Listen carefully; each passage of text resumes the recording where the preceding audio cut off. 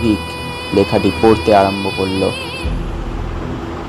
মায়ের চোখে যখন রক্ত দেখতে পাওয়া যাবে তখন বুঝতে হবে সেদিন কারো প্রাণ যাবে, কারণ এই রকম ঘটনা আমার সচক্ষে দেখা। একবার কালী পুজোর আগের অমাবস্যা, মন্দিরে বসে আছি। এলো এক তান্ত্রিক। সে বলল, আমি এক সাধনা করতে এখানে এসেছি। আমার এই সাধনা চলবে পরের অমাবস্যা পর্যন্ত। আমিও ছোটোখাটো তান্ত্রিক ছিলাম। এক মুহূর্তের জন্য আমি ভয় পেয়ে গেলাম।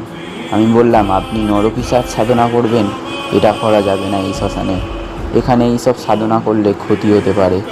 একটু ভুল গোটা গ্রাম শেষ করে দেবে। আপনি দয়া করে অন্য সাধনা করুন, আর না হলে অন্য স্থানে গমন করুন। তাকে নিষেধ করায় তিনি রাগান্বিত হয়ে বললেন, তোর এত বড় সাহস, তুই আমাকে বাধা দিবি? এই রকম বলে তিনি চলে গেলেন শ্মশানের একটি শবদাহ করার স্থানে। সেখানে আগে কিছু শবদাহ করা হয়েছে। আমি সেখানে গিয়ে বাধা দিলাম, কিন্তু তখন কিছু ছাই হাতে নিয়ে একটি মন্ত্র পড়লেন।